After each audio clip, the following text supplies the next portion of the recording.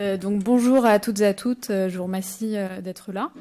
Donc je voulais vous apporter mon témoignage en tant que patiente souffrant de sécheresse oculaire depuis un certain nombre d'années maintenant. Donc je m'appelle Éléonore, j'ai 31 ans et je souffre de sécheresse oculaire depuis bientôt 4 ans dans le cadre d'une rosacée oculaire. La première fois qu'un ophtalmologue m'a parlé de sécheresse oculaire, j'avais environ... Voilà, tombera pas plus bas. J'avais une vingtaine d'années et j'avais aucun symptôme. En fait, à l'époque, j'étais juste allée consulter un ophtalmologue pour mon renouvellement de lunettes et de lentilles. Et je lui avais dit que lorsque je mettais des lentilles de contact souple, le produit de conservation des lentilles me piquait les yeux.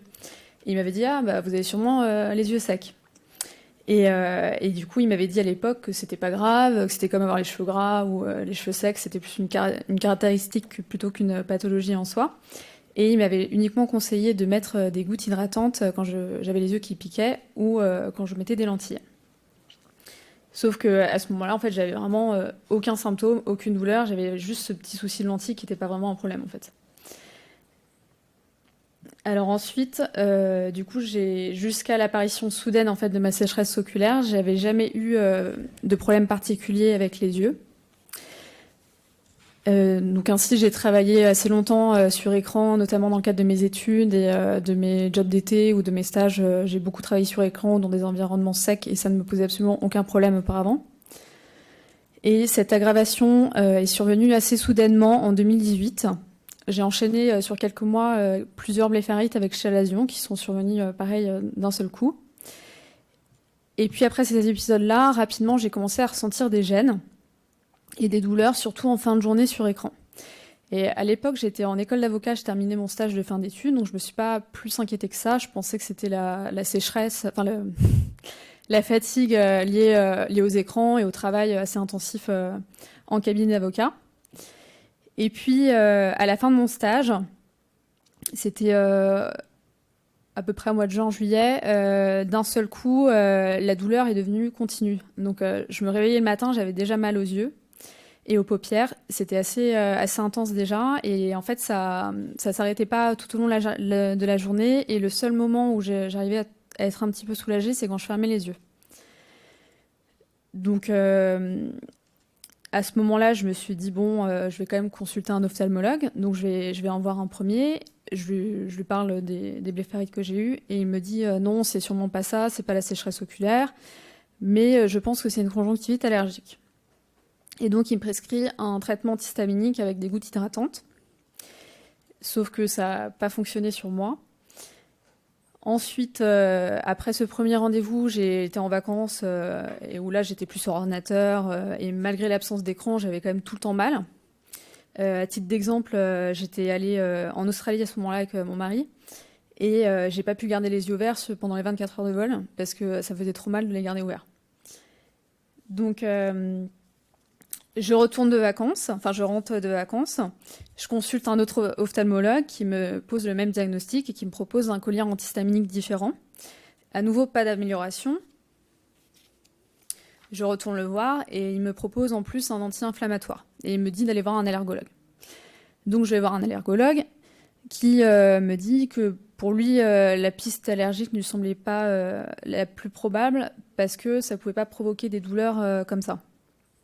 Et en parallèle, effectivement, j'avais déjà beaucoup d'allergies depuis l'enfance et j'avais jamais eu de réaction aux yeux. Donc je suis retournée voir cet ophtalmologue en lui disant, bah voilà, l'allergologue m'a dit que pour lui, c'était pas forcément allergique, qu'est-ce qu'on fait? Et il me dit à ce moment-là qu'il est désolé, mais qu'il voit pas quoi faire de plus, quoi. Donc j'étais un petit peu désemparée.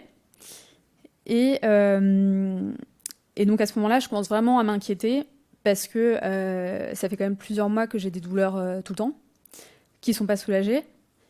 Et je commence à avoir peur en fait de pas savoir ce que j'ai, qu'on trouve pas, que j'ai mal après tout le restant de mes jours aux yeux tout le temps en fait.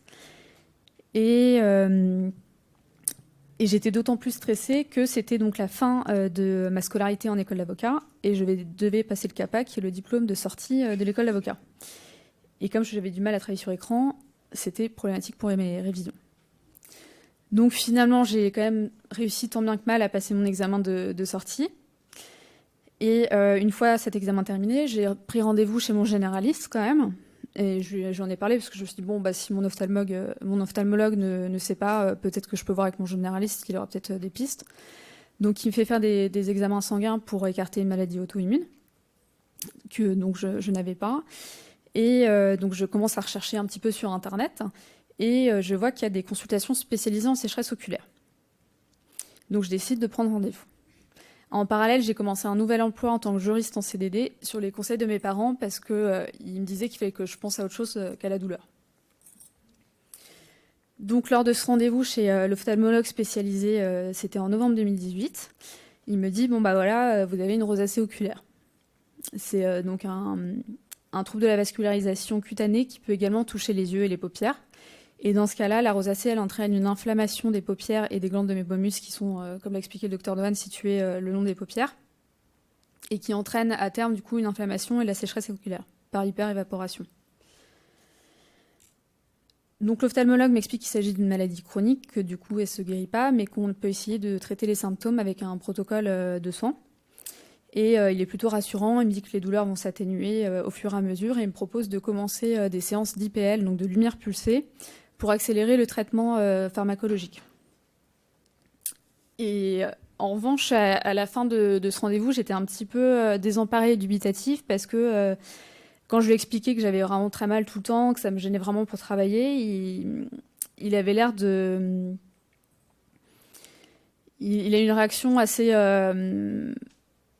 étonnée en fait par rapport à ce que je lui disais, et il pensait que c'était pas possible que ça entraîne de telles douleurs parce que ma sécheresse n'était pas suffisamment sévère. Et globalement, ce ressenti de banalisation en fait des douleurs et de la maladie liée à la sécheresse oculaire, je l'ai ressenti avec beaucoup de professionnels de santé. Et je pense que certains médecins ne se rendent pas forcément compte de l'impact que cette maladie peut avoir sur le quotidien des malades, pour qui les douleurs chroniques peuvent être très invalidantes et ça peut également limiter leur activité au quotidien, que ce soit le travail sur écran, regarder la télé, lire, même travailler en plein air. Il y a des gens qui peuvent être très gênés par le vent, par les pollens, etc. Et en fonction de ce que l'on fait ou de nos activités, ça peut être quand même très, très handicapant au quotidien. Et voilà, et du coup, j'ai aussi eu le sentiment que pour eux, en fait, il suffisait de mettre des gouttes hydratantes, alors qu'en fait, c'est beaucoup plus compliqué que ça. Et souvent, d'ailleurs, quand je leur expliquais que j'avais beaucoup de mal à travailler sur écran, ils me répondaient juste que c'était pas grave et que je risquais pas de devenir aveugle, donc que c'était pas grave. Donc je me suis souvent sentie assez incomprise. Après ma consultation chez ce spécialiste, j'ai commencé donc mes traitements prescrits. Donc c'était un masque chauffant bi-quotidien avec ensuite un massage des paupières puis un nettoyage des paupières. J'ai fait également les séances d'IPL qui étaient préconisées. Mais malgré ces traitements, j'avais toujours mal et ça ne s'atténuait pas. Donc en parallèle, j'ai fait ce que font beaucoup de gens quand ils n'arrivent pas à trouver des solutions avec la médecine traditionnelle. J'ai consulté d'autres thérapeutes dans le cadre de médecine douce, que ce soit naturopathie, acupuncture, ostéopathie. Et j'ai aussi suivi une psychothérapie pour m'aider à gérer la douleur. Mais pareil, là, les traitements alternatifs ne donnaient pas forcément de résultats. Ensuite, à mon travail, donc j'ai eu vraiment beaucoup de mal à gérer la douleur sur écran parce que les douleurs chroniques étaient vraiment accentuées par l'écran avec une photophobie. Et du coup, ça m'épuisait vraiment de travailler comme ça en ayant tout le temps mal et en n'étant pas soulagée. Mais j'ai essayé quand même d'être courageuse et de continuer à travailler comme ça. Et au bout d'un mois et demi de travail, donc ça faisait 6 mois que j'avais mes douleurs continues, qui étaient sans répit, et malgré tout ce que je faisais pour aller mieux au niveau des traitements, j'ai connu à ce moment-là une période qui était très difficile, parce que je supportais plus du tout ces douleurs. Donc mon médecin m'a mise en arrêt maladie. Et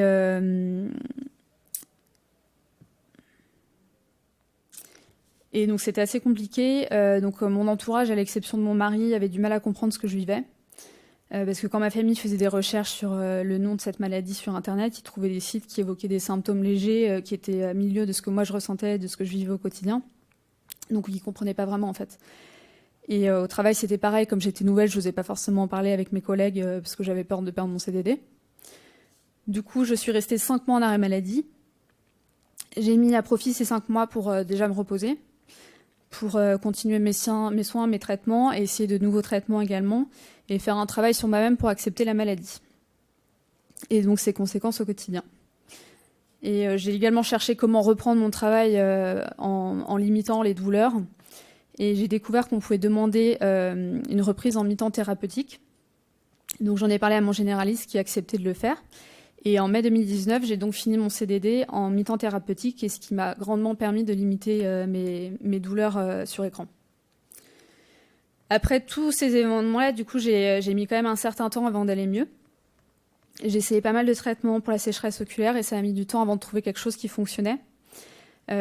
Sachant que cette maladie, comme l'expliquait le docteur Godohan, ne se guérit pas vraiment à ce jour, et la plupart des traitements en fait, vont viser à soulager les symptômes. Donc aujourd'hui, j'ai une routine de soins assez ancrée que je suis à la lettre.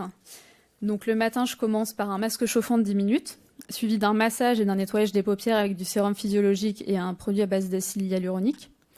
Ensuite, je mets des gouttes de thalimus, c'est un collyre qui permet de limiter l'inflammation au niveau des yeux. Puis des gouttes hydratantes. Ensuite, quand je suis sur écran, je travaille forcément avec mes lunettes à chambre humide, qui me permettent de limiter l'évaporation des larmes. Et sans ces lunettes-là, franchement, je ne pourrais pas travailler sur un ordinateur.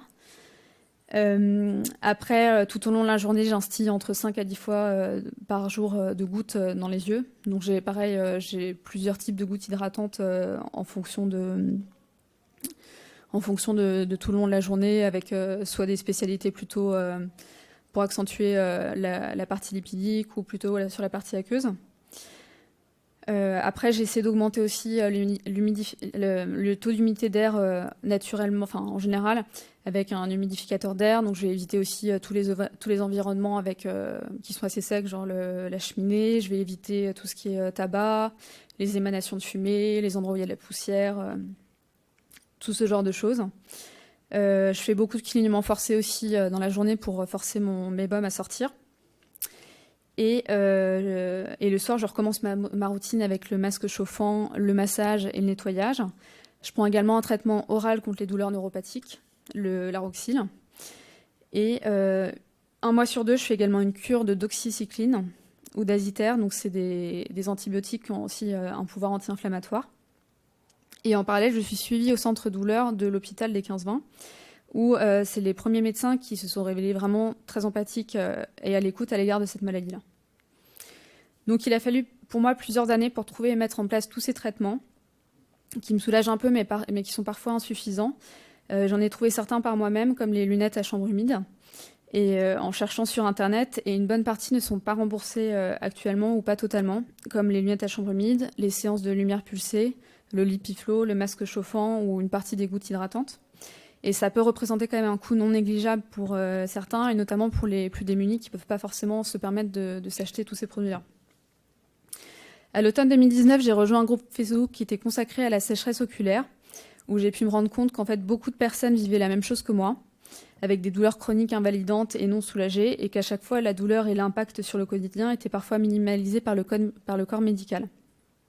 Tous avaient connu une errance médicale qui durait parfois plusieurs années avant d'obtenir un diagnostic, et pour la majorité, les traitements étaient insuffisants pour les soulager. Beaucoup avaient aussi connu une grave dépression et ne travaillaient plus ou difficilement.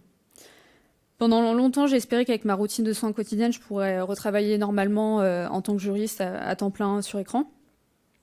Mais au bout d'1 an, comme l'amélioration n'était pas suffisante et pas suffisamment stable, j'ai décidé de chercher un travail à temps partiel.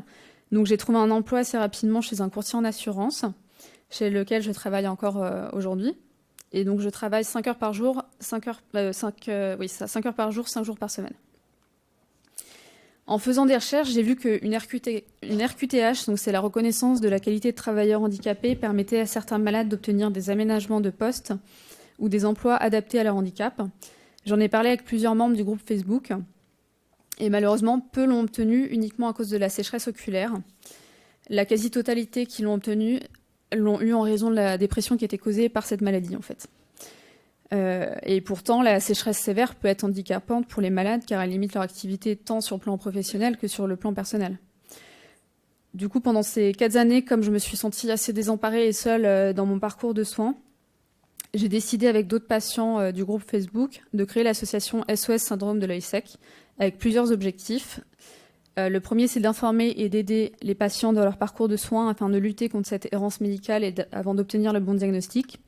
Faire reconnaître cette maladie auprès du grand public et des pouvoirs publics afin d'obtenir une meilleure prise en charge médicale et sociale avec notamment la RQTH. Faire de la prévention afin d'éviter que des cas de sécheresse légère s'aggravent et que des personnes du coup se retrouvent dans une situation avec des douleurs chroniques.